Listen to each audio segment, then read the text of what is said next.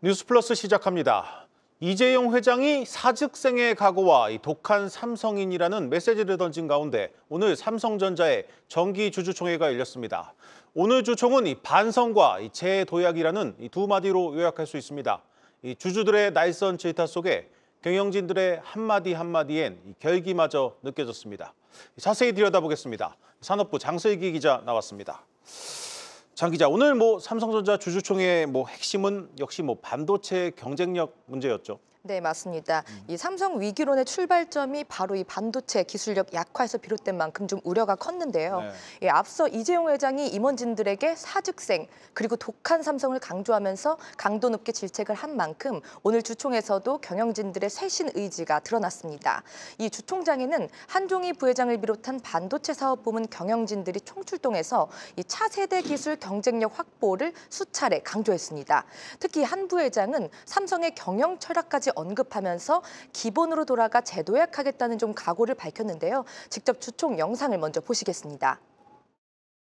어려운 환경일수록 기본으로 돌아가 인재와 기술을 바탕으로 최고의 제품과 서비스를 창출하여 인류 사회에 공헌한다는 회사의 경영 철학에 집중하겠습니다. 자, 오늘 주주총회에서 이 반도체 부문 최고 경영진들이 주주들과 대화에도 나섰다고 하던데 향후 전략에 대한 구체적인 언급도 있었습니까? 네, 이번 주총에서는 이 경쟁사에 비해 기술력이 좀 다소 떨어졌다는 평가를 받은 고대역 메모리, 이제 HBM이죠. 이 전영현 DS 부문장은 이 HBM4에 대해서는 절대 과오를 되풀이하지 않겠다고 강조했습니다. 네. 이 실제로 이 HBM 최대 수요처인 엔비디아의 공급이 지연되면서 삼성전자의 지난해 연간 영업이익이 SK 하이닉스보다 크게 뒤처진 바 있습니다. 이 삼성은 올해는 빠르면 2분기, 늦으면 하반기부터 이 HBM 5세대 12단 제품으로 시장에서 주도적인 역할을 하겠다는 구상입니다. 이에 따라 올해 HBM 비트 공급량은 전년 대비 좀 2배 늘어나고 올 하반기부터는 실적 개선 효과도 나타날 것으로 전망했습니다. 또 TSMC와 격차가 크게 벌어진 이 파운드리 부분에서도 2나노 기술 완성도 제고와 동시에 1나노대 차세대 공정을 개발한다는 계획을 밝혔습니다. 자, 매번 되풀이되는 얘기지만 삼성이 곧 M&A가 있을 것이다 이렇게 밝힌 지가 오래됐는데 이번 주주총회에서는 뭔가 좀 내용이 나왔습니까? 네, 아무래도 오늘 그동안 좀 없었기 때문에 한종희 부회장은 그동안 이 대형 M&A에서 큰 성과를 내지 못한 것에 대해서 이제 주주들에게 사과의 말을 전하기도 했습니다. 네. 이 실제 삼성은 지난 2016년 11월 미국 전장 기업인 이 하만을 80억 달러, 우리 돈으로 9조 3천억 원에 인수한 이후 이 대형 M&A는 멈춘 상태입니다. 이 한 부회장은 M&A가 미래 성장 동력 확보의 중요한 필수 조건인 것은 인식하고 있다면서도 이 적극적인 M&A를 추진하겠다는 방침을 오늘 밝혔습니다. 특히 이 반도체 부문 M&A와 관련해서는요, 국가 간 이해관계가 좀 복잡하고 승인 과정에서 어려움이 있지만 이 반드시 의미 있는 성과를 이루기 위해 노력하겠다고 의지를 내비치기도 했습니다. 자, 마지막으로 오늘 주주총회에서는 예정됐던 이 반도체 전문가들이 일제히 이사진에 합류를 했죠. 네, 맞습니다. 이 삼성은 주총에서 이 전영현 DS 부문장과 송재혁 DS 부문 최고기술 책임자를 신임 사내이사로 그리고 이혁재 서울대 교수를 신임 사회이사로 각각 선임했습니다. 특히 이혁재 교수는요, 인공지능과 반도체 분야 최고 석학으로 이 현재 서울대에서 시스템 반도체 산업진흥센터장과 반도체 공동연구소장 등을 겸임하고 있습니다. 또 새 사내이사로 선임된 이 전영현 부회장과 송재혁 CTO 역시 삼성 내부에서는 기술통으로 꼽히는 인물들입니다. 이 전문가 중심으로 구성된 새 이사진을 통해서 삼성의 반도체 사업을 다시 본궤도로 올려놓겠다는 의지로 풀이됩니다. 네, 잘 들었습니다. 산업부 장슬기 기자였습니다.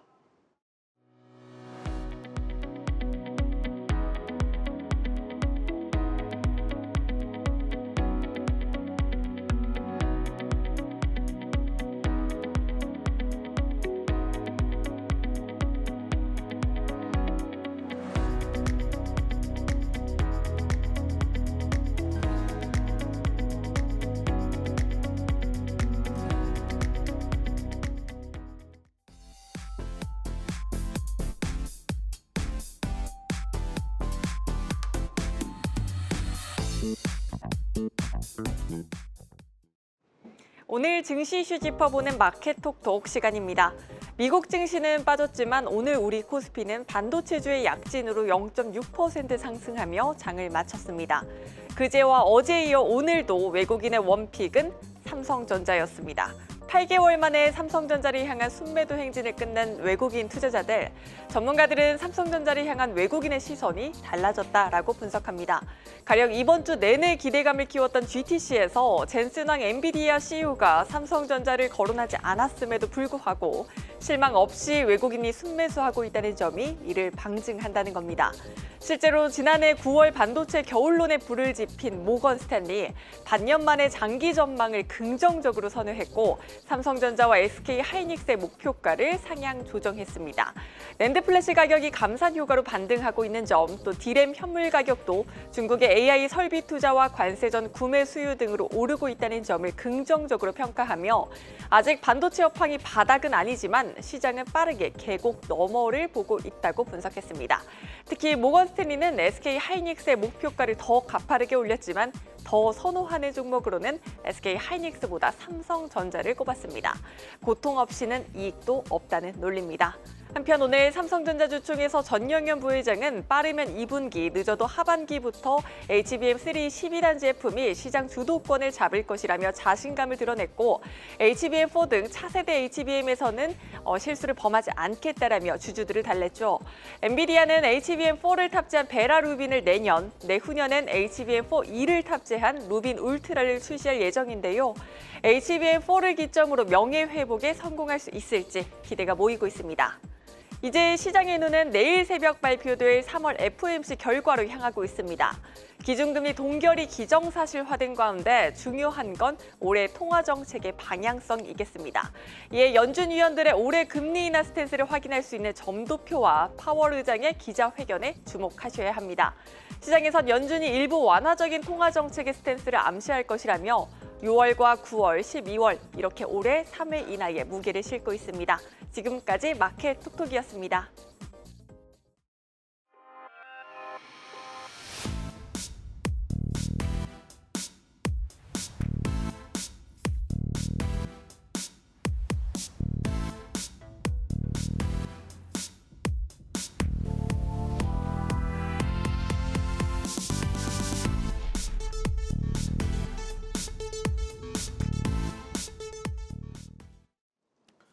정부가 서울 강남 3구와 용산구 전체 아파트에 대해 토지거래 허가구역을 확대 지정하는 초강수를 뒀습니다. 무려 40만 가구가 이 규제에 묶이는 겁니다. 이 규제를 푼 지 한 달여 만에 정책을 번복한 건데 이 정책의 신뢰도 훼손은 물론 시장의 변동성까지 키우고 있습니다. 부동산부 강미선 기자 나왔습니다.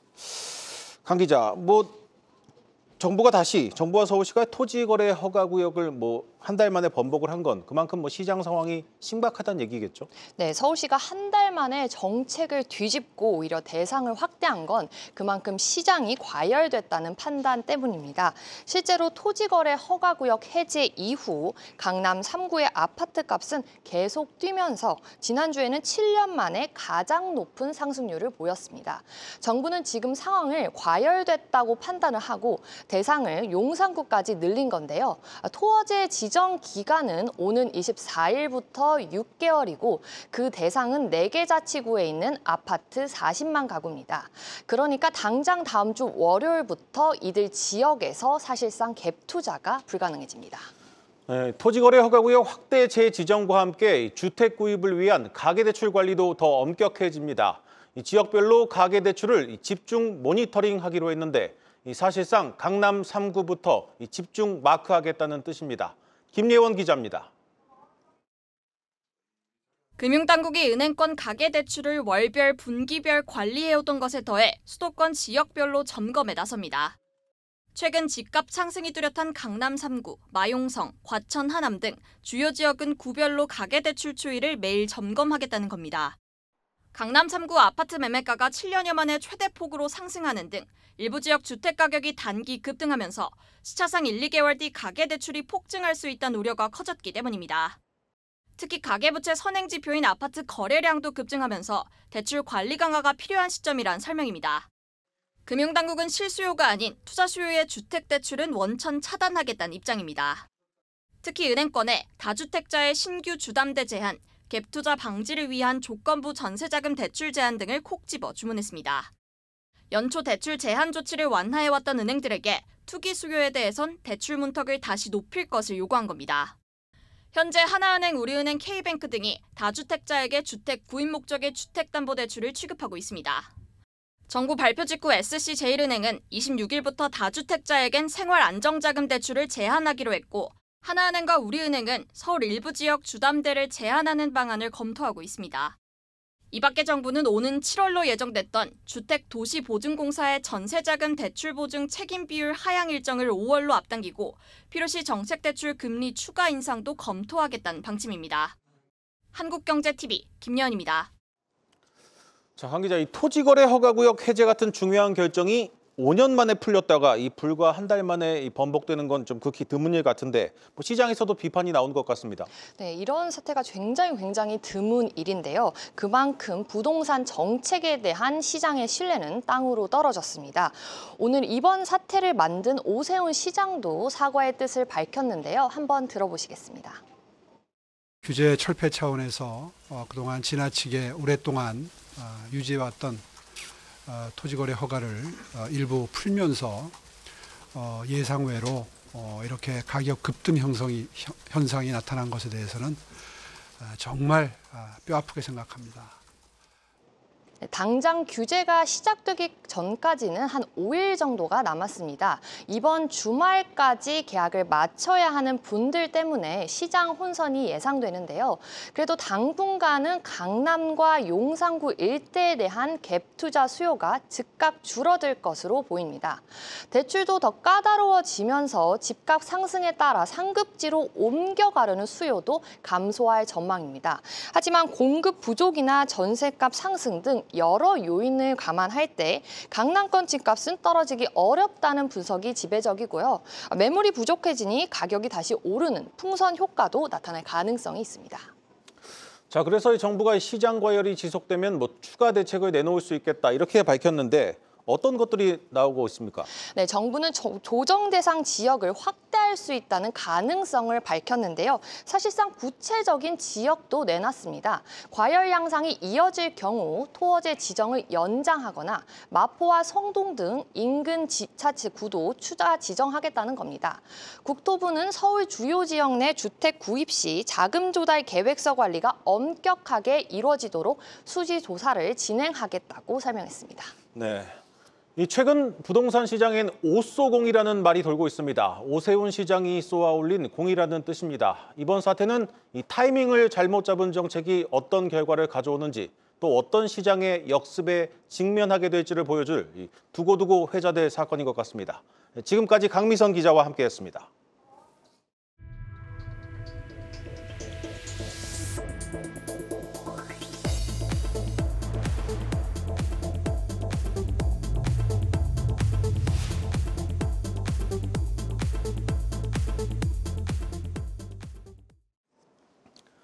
SK온이 처음으로 일본 완성차 업체를 고객사로 확보했습니다. 오는 2028년부터 6년간 닛산 미국 공장에 전기차 100만 대분의 배터리를 공급하는 계약을 맺었습니다. 현장에 나가 있는 취재 기자 연결합니다. 이지호 기자, 자세한 내용 전해주시죠. 네, SK온이 일본 완성차 업체 닛산과 배터리 공급 계약을 체결했다고 조금 전 공시했습니다. SK온이 일본 완성차 업체를 고객사로 확보하는 것은 이번이 처음입니다. 이번 계약에 따라 2028년부터 2033년까지 6년간 총 99.4기가와트시 규모의 배터리를 닛산에 공급하게 됩니다. 중형급 전기차 약 100만 대에 탑재할 수 있는 물량입니다. 계약 금액은 공개되지 않았으나 공급량을 감안하면 15조 원 이상일 것으로 예상됩니다. SK온이 공급하는 배터리는 고성능 하이니켈 파우치셀로 닛산이 미시시피주 공장에서 생산 예정인 북미 시장용 차세대 전기차 4종에 탑재됩니다. SK온은 일본 완성차 업체와 첫 파트너십을 맺은 것은 물론 전략적으로 집중하고 있는 북미 공급처를 확대했다는 점에서 의미가 있다는 평가입니다. 이석희 SK온 대표이사 사장은 SK온의 우수한 배터리 기술력과 경쟁력을 다시 한번 인정받았다는 점에서 뜻깊게 생각한다고 말했습니다. 지금까지 보도국에서 한국경제TV 이지우입니다.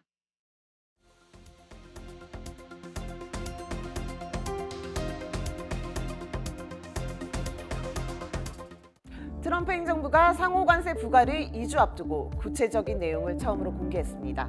스콧 베선트 재무부 장관은 현지 시간 18일 폭스뉴스와의 인터뷰에서 4월 2일에 관세 명단을 발표하며 국가별로 상호 관세율을 다르게 매기겠다고 밝혔는데요. 특히 미국에 상당한 관세를 부과하는 약 15%의 국가를 이른바 더티, 지저분한 15라고 지목하며 이들에 대한 관세율이 높을 수 있음을 시사했습니다. 베선트 장관은 지저분한 15개 국가에 어떤 나라가 속해 있는지는 언급하지 않았는데요. 하지만 미국이 그동안 한국을 대표적인 무역 적자국으로 콕 집어 불만을 표출해온 만큼 우리나라를 염두에 뒀을 가능성은 높은 상황입니다. 특히 베선트 장관은 더티 15가 미국이 수출하려는 식품이나 제품의 안전과 관련 없는 검사를 하는 등 관세 못지않게 중요한 비관세 장벽을 갖고 있는 국가들이라고 힌트를 줬는데요. 미국 업계가 한국에 30개월 이상 된 미국산 소고기 수입 금지 조치와 각종 농산물에 대한 엄격한 검역 제도에 불만을 나타내는 등 이미 비관세 장벽과 관련해 상당한 압박을 가하고 있다는 점에서도 우리나라가 표적이 될 수 있음은 분명해 보입니다. 케빈 힐시 미국 백악관 국가경제위원회 위원장도 17일 CNBC와 인터뷰에서 유럽과 중국, 한국에 대한 무역 적자가 수년째 지속하고 있다고 한국을 직접 겨냥하며 무역 적자의 원인으로 비관세 장벽을 꼽기도 했습니다. 다만 베선트 장관은 관세율 발표 전 협상의 여지는 남겨뒀는데요. 그는 일부 교육국은 이미 매우 불공정한 관세를 크게 낮추겠다고 제안했다며 협상을 거쳐 상호 관세 발표일을 전후해 관세를 아예 피해갈 수 있다고도 언급했습니다. 완전 면제보다는 충격파 최소화를 목표로 삼은 우리 정부도 미국의 입장에서 주요 무역 적자국인 한국이 더티 15에 포함됐을 가능성을 주시하고 대응책 마련에 고심 중입니다. 이번 주 중 안덕근 산업통상부 장관은 다시 방미길에 오르는데요.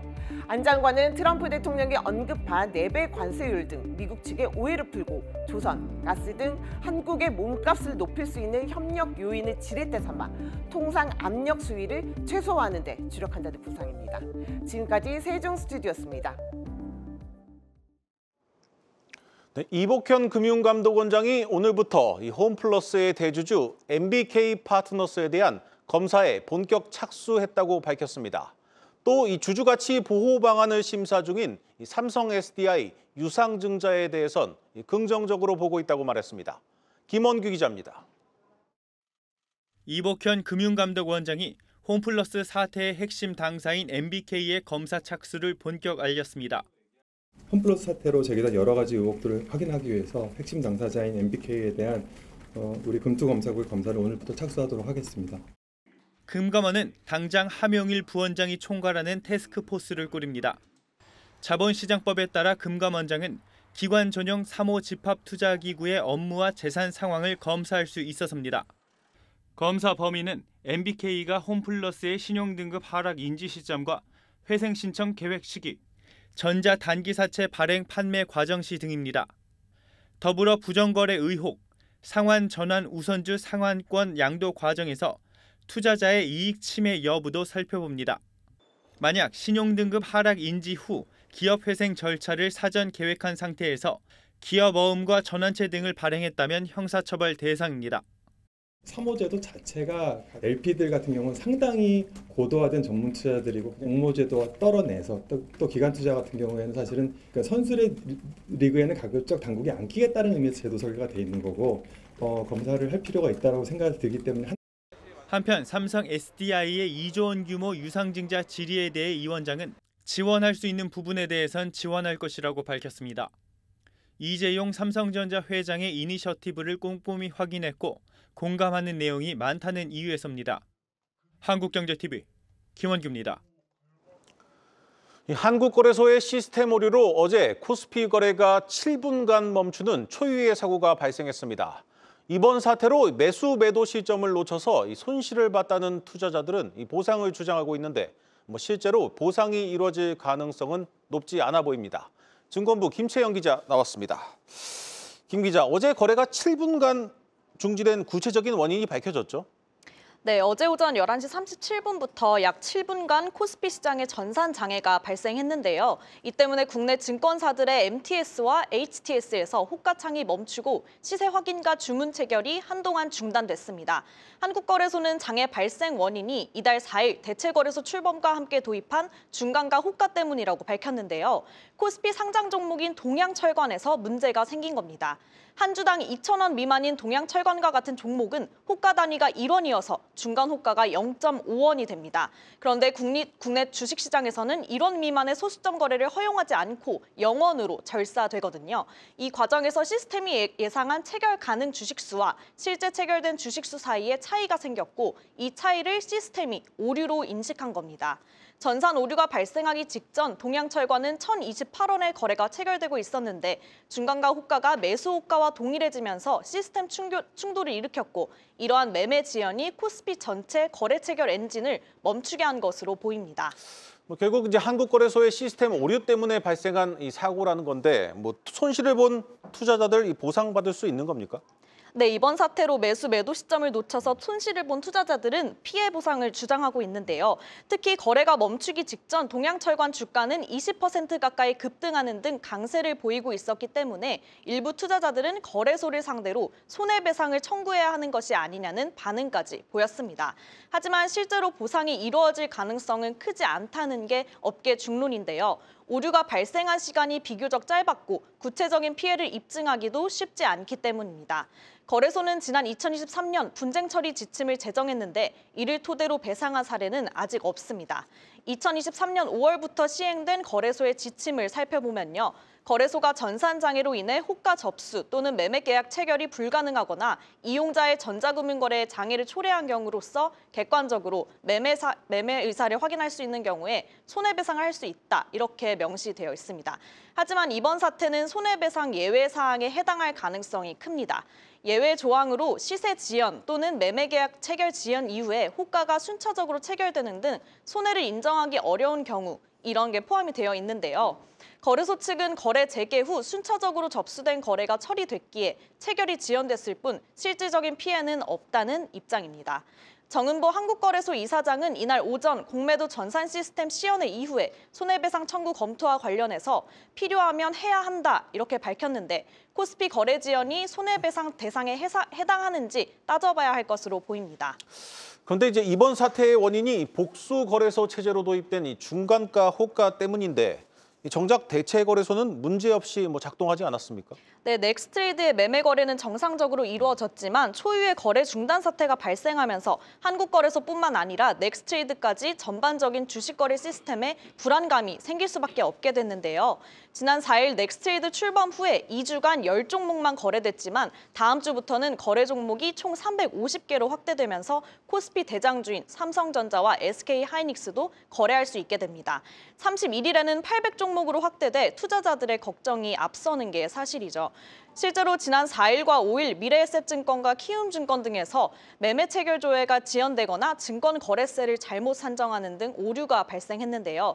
이에 금감원은 현재 매일 증권사들로부터 ATS 운영 현황을 보고받고 있는 것으로 파악이 됐습니다. 거래소도 이번 장애를 계기로 4월 말까지 매주 넥스트레이드와 합동 점검을 실시하기로 했는데요. 일각에서는 거래 종목 확대에 앞서서 시스템 보안에 먼저 촉각을 기울여야 한다는 지적이 나옵니다. 800개는 무리라고 보고요. 일단 100개 정도로 좀 몇 개월 동안 안착을 시킨 다음에 그다음에 그 종목을 확대하는 게 옳다고 봅니다. 큰 피해를 본 투자자가 있다면 그것은 건별로 판단을 해야 되지 보상이 안 된다. 결론 낼 사안은 좀 아니라고 봅니다. 당분간 종목을 줄이더라도 안전 위주로 운영해야 한다는 의견입니다. 네, 잘 들었습니다. 증권부 김채영 기자였습니다.